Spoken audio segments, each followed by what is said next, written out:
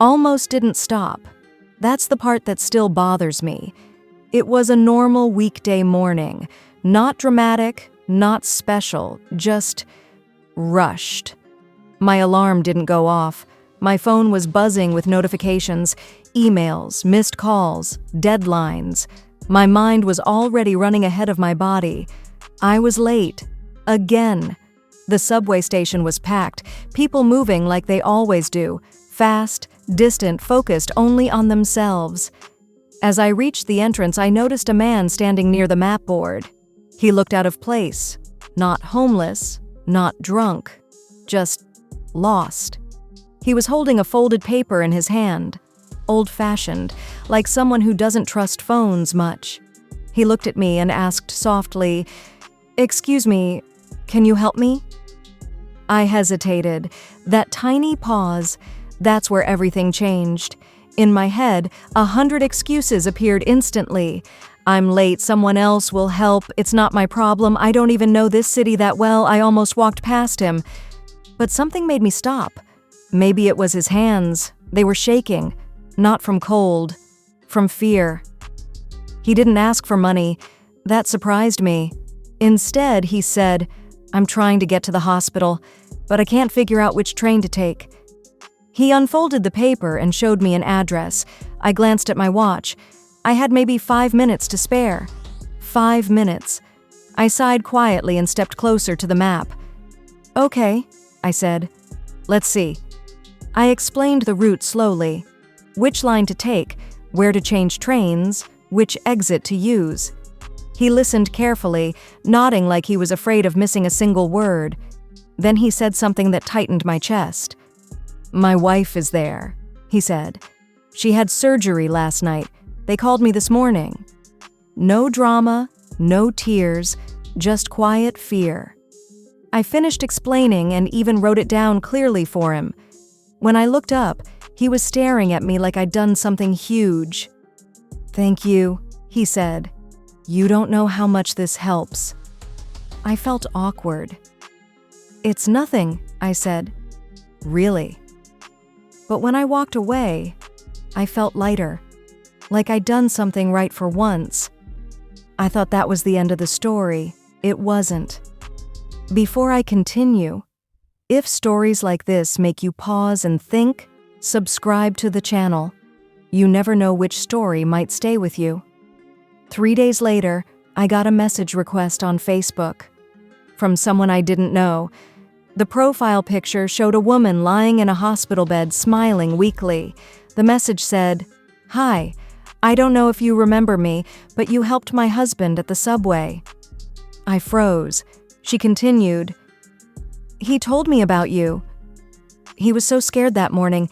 He kept saying he would never have made it here without your help."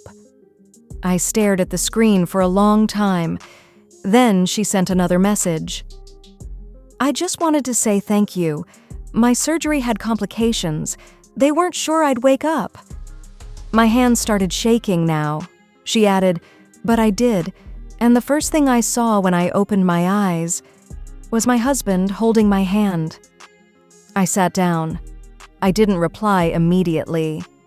What do you even say to that? That night, I couldn't sleep.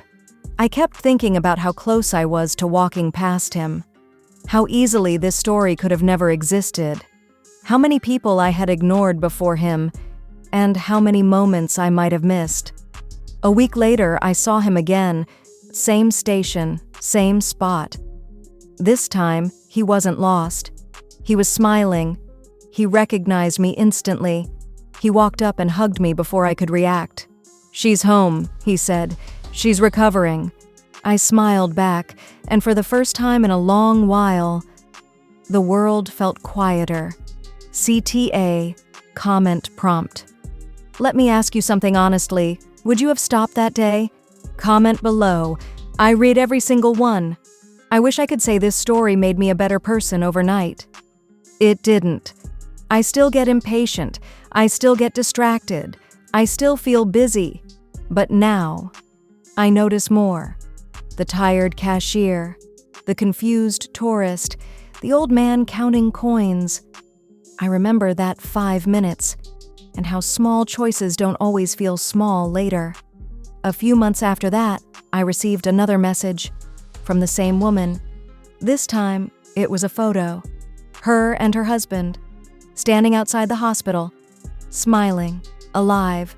The caption said, "Because of you, we got more time." I cried. Not loud, just quiet tears. We all like to believe we'd do the right thing. But the truth is, the right thing usually appears when it's inconvenient, when you're late, when you're tired, when no one is watching. That's when it matters most. If this story meant something to you, like subscribe and share. You never know who might need to hear this today. I still take that subway, still rush sometimes. But whenever someone asks for help, I stop. Because sometimes 5 minutes can change 2 lives. I thought that would be the end. A good moment. A complete circle. But life doesn't work like stories. It keeps going. A few months passed. Work got busy again. Days blurred together. And slowly, that memory started to fade, not disappear, just move to the back of my mind. Until one evening, something happened that brought it back. I was driving home late, highway empty, city lights stretching endlessly ahead. That's when I saw a car pulled over on the side of the road, hazard lights blinking. I slowed down, and immediately that familiar thought appeared again. Someone else will stop. I looked at the clock. Late, tired, hungry, same situation, different place. I almost drove past, almost. But then I saw her, a woman standing beside the car, phone in her hand, pacing back and forth, panic written all over her face. I pulled over. She looked surprised when I stepped out. "I'm sorry," she said quickly. "I don't need money, my car stopped and my phone has no signal." That sentence hit me harder than it should have. "I don't need money." I smiled slightly. "I know," I said. "Let's see what's wrong." Turned out her car had overheated. Nothing dramatic. We waited, talked. She told me she was driving to see her father. He'd been admitted that morning. Heart issues. I didn't say much. I didn't need to. I'd heard this story before, just with different faces. After a while, another car stopped.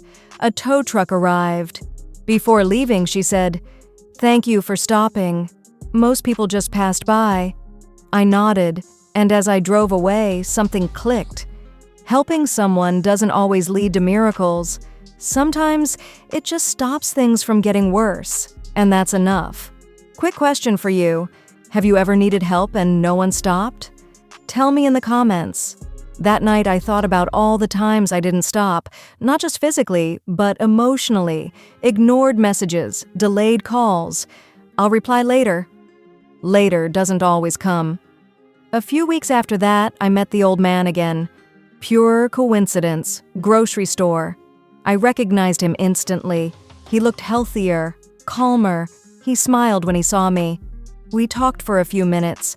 He told me his wife was doing well, physical therapy, slow recovery. Before leaving, he said something I'll never forget.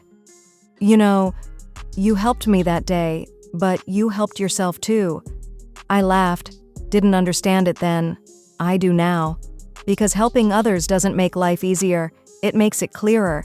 If you're still listening, you're exactly the kind of person this channel is for. Subscribe. More real stories, no fake drama. I don't believe everyone is good, but I believe everyone gets moments where they can be. Moments that don't announce themselves, they just appear, quietly, in subway stations, on highways, in everyday life. Now, whenever I feel rushed, I remember that folded paper, those shaking hands, and I slow down, just a little. Because sometimes being 5 minutes late is better than being 5 years regretful.